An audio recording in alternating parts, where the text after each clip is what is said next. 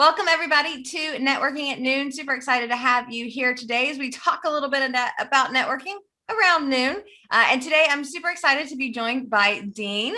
Dean, he is here local. Can you tell us, Dean, what it is that you do? Who are you? All that fun stuff. Yeah, absolutely. Thank you for having me. So my name is Dean Maratea. I'm the president and CEO of the Greater Palm Harbor Area Chamber of Commerce. So that's the number one question I actually get asked is, what does a chamber do? So a brief background on that.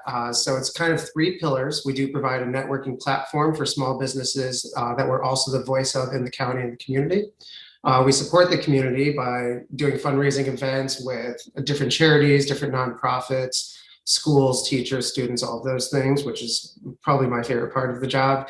And then we also serve as a resource for the community as far as anything county related. So Palm Harbor is not an incorporated city, so there's no city hall. So I kind of bridge that gap between the county and that kind of legislation and the community.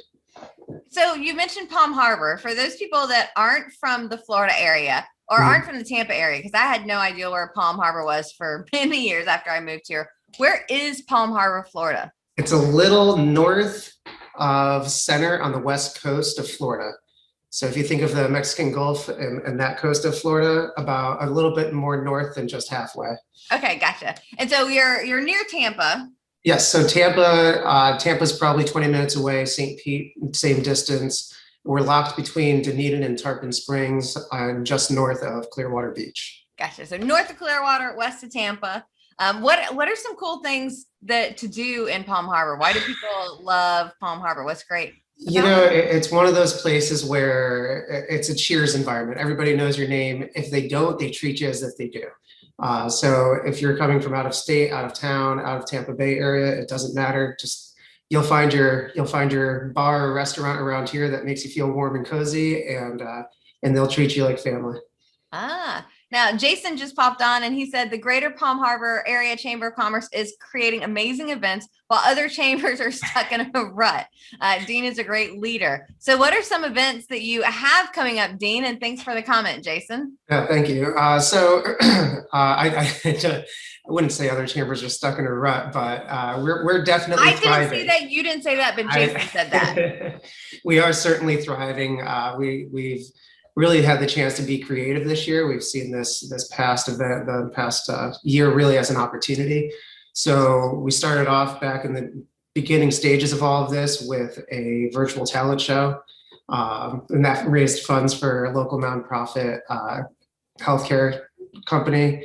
And then what we have coming up is a fishing tournament that's on June 12th. So it's the first annual fishing tournament for the area. A couple of months ago, I did a first annual 5K.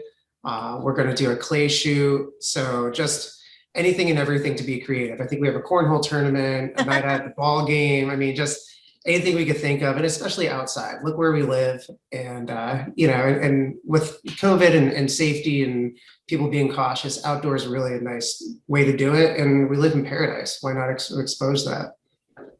It's funny when I talk to people from across the country or the globe, and it's like, yes, we have really great weather here. Yeah, we're good.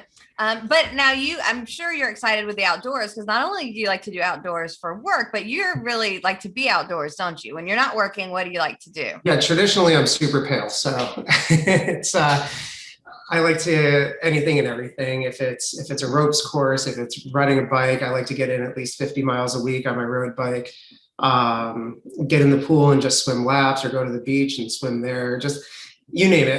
I was born and raised in Connecticut, so for me, just having all of this at my disposal is priceless, and I take advantage of it as much as possible. Awesome. Yeah, Jason actually said the Greater Outdoors Chambers of Commerce. Great. So, and for anybody who doesn't know, I'm very grateful to both Tiffanie Kellog and Jason Avery, Asentiv as a whole.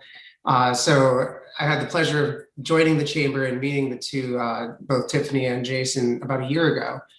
And I wouldn't say I was a networking rookie, but I'm nowhere near advanced as I am now. And that's in large part due to both of these two wonderful people.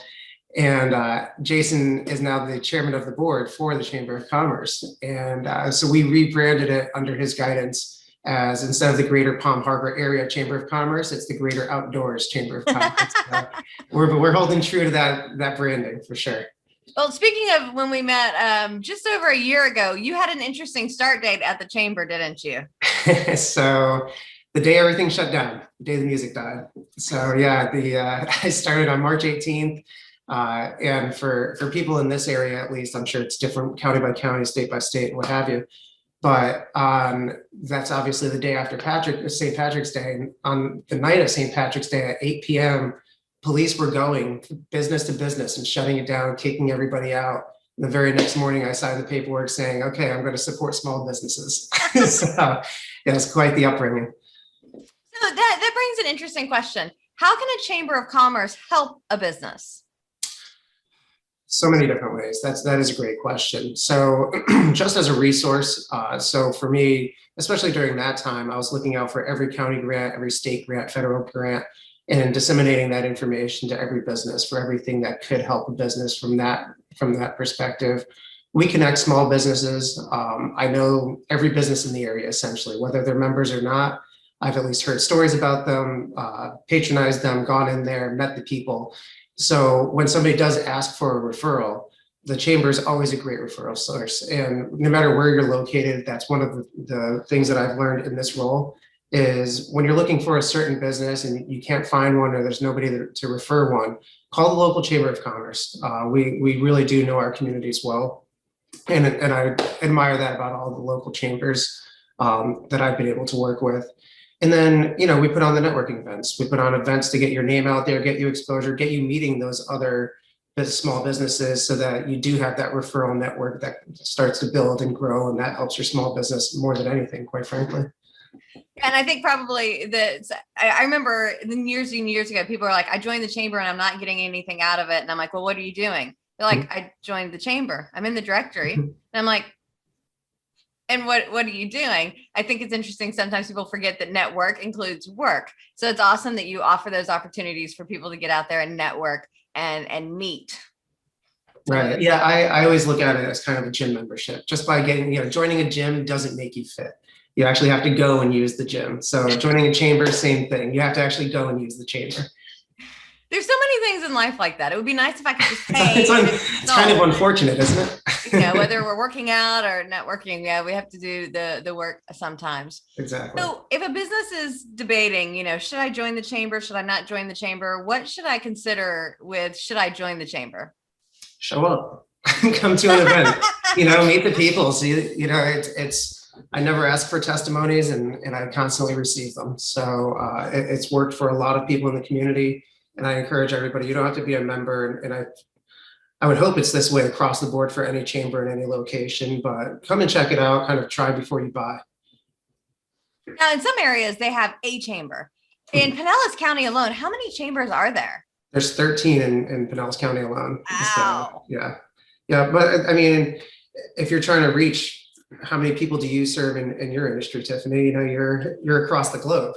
So if you're trying to reach different parts of Pinellas, then join a couple different chambers. Each one has its own unique thing to offer. We offer the most, obviously, but well, and to me, the Palm Harbor Chamber and like the St. Pete Chamber, that's about 45-minute drive from one part of town to the next. I mean, Pinellas is a single county, though. It's a highly populated. It's a very densely populated county. Oh yeah, absolutely. We're probably one of the lower populations in the Greater Palm Harbor area, and we're sitting at 62,000.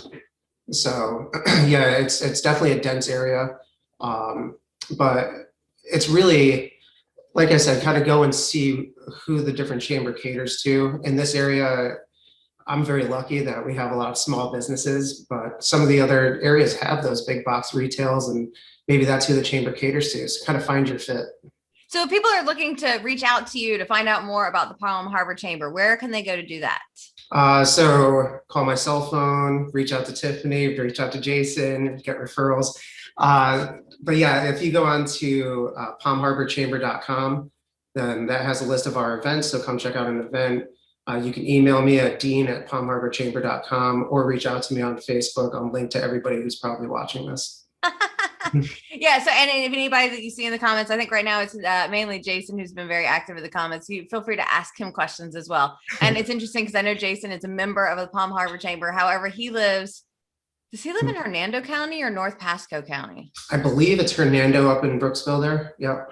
I always forget. I know it's because I live on Pasco County, so I'm just barely over the line. But he's quite a bit further north than me. But that's a testament to how amazing the chamber is that he drives all the way far away to head over. I got a couple. Jason, he said, Jason said, it's like the dating game for businesses, and Dean is the ultimate matchmaker who hosts the event. Love that, Jason. And he said the cost of membership equals 2 dinners out and buys a lot more dinners out. So yeah, Jason's a huge fan of the chamber. Yeah, and he absolutely. And I always say, well, and I use the gym analogy, and it costs the same amount as a gym membership, and you use it a lot more. Yes, definitely. So, yeah. So, 2 last questions that I have for you, Dean. Yes. First is going to be, give us a tip, an ideal. How can we help these entrepreneurs out here? And then the second is, what's your favorite brew? Okay. So again, I have to default to Tiffanie and Jason and Asentiv and programs that a lot of what I've learned has come from what I would consider the masters. So thank you both. The tip that I like to really focus on is being specific. Really bring that funnel in. There's, 100 lawyers in a room. I'll guarantee each one has its own specialty. That there's a personal injury lawyer that deals with car crashes and works really well with women. So I know who that one is. Exactly. See, and you can really funnel it down that way. So when you market to that one person, it's going to organically spread. So don't feel like you're leaving money on the table. Get the money that's in front of you by really going after your niche. And if you do film and videography, then you'll see a trend. It'll automatically happen if you can kind of step back and look at who your clients have been for the last year. You'll notice that it seems to be one industry more than another. We'll focus on that industry. Clearly, you have something that market likes, so go after it. And then as far as brews, so Tiffanie asked me this prior to, so I could be prepared for this specific question, not the others. And I answered with coffee, beer, or bourbon. So they all go through a brewing process. But yeah, I'd say the most common out of those 3. Gosh, can I say beer over coffee and not sound like a drunk? So how about we say this? If it's after work hours or the happy hour social, there we go. What's your beverage of choice? Perfect. So I like dark coffee in the morning, beer after work, and bourbon to call it a night. So are there some great breweries in the Palm Harbor area that you recommend? Yes. So thank you for asking that. There's Palm Harbor Brewing. And so it's a sweet lady. Her name is Rose, and she brews it the old-fashioned way. She has a big pot in the backyard and boils the mash by hand and does it all from scratch that way. Stillhouse Brewing, which is right on the Pinellas Trail, and then if you follow the Pinellas Trail north, there's Divine Brewing, and of course, being neighbors with all of them, and because of this job I visit them all very frequently. Oh, the sacrifices we make for our job. It's part of the job. I have to. Well, Dean, thank you so very much for being here with us this week. It has been a pleasure learning more about you and about the Palm Harbor Chamber of Commerce. And reach out to Dean or Jason if you're anywhere near the Palm Harbor area and looking for an amazing organization to do some networking, to do some connecting. Absolutely. Thank you, Tiffanie. Thank you.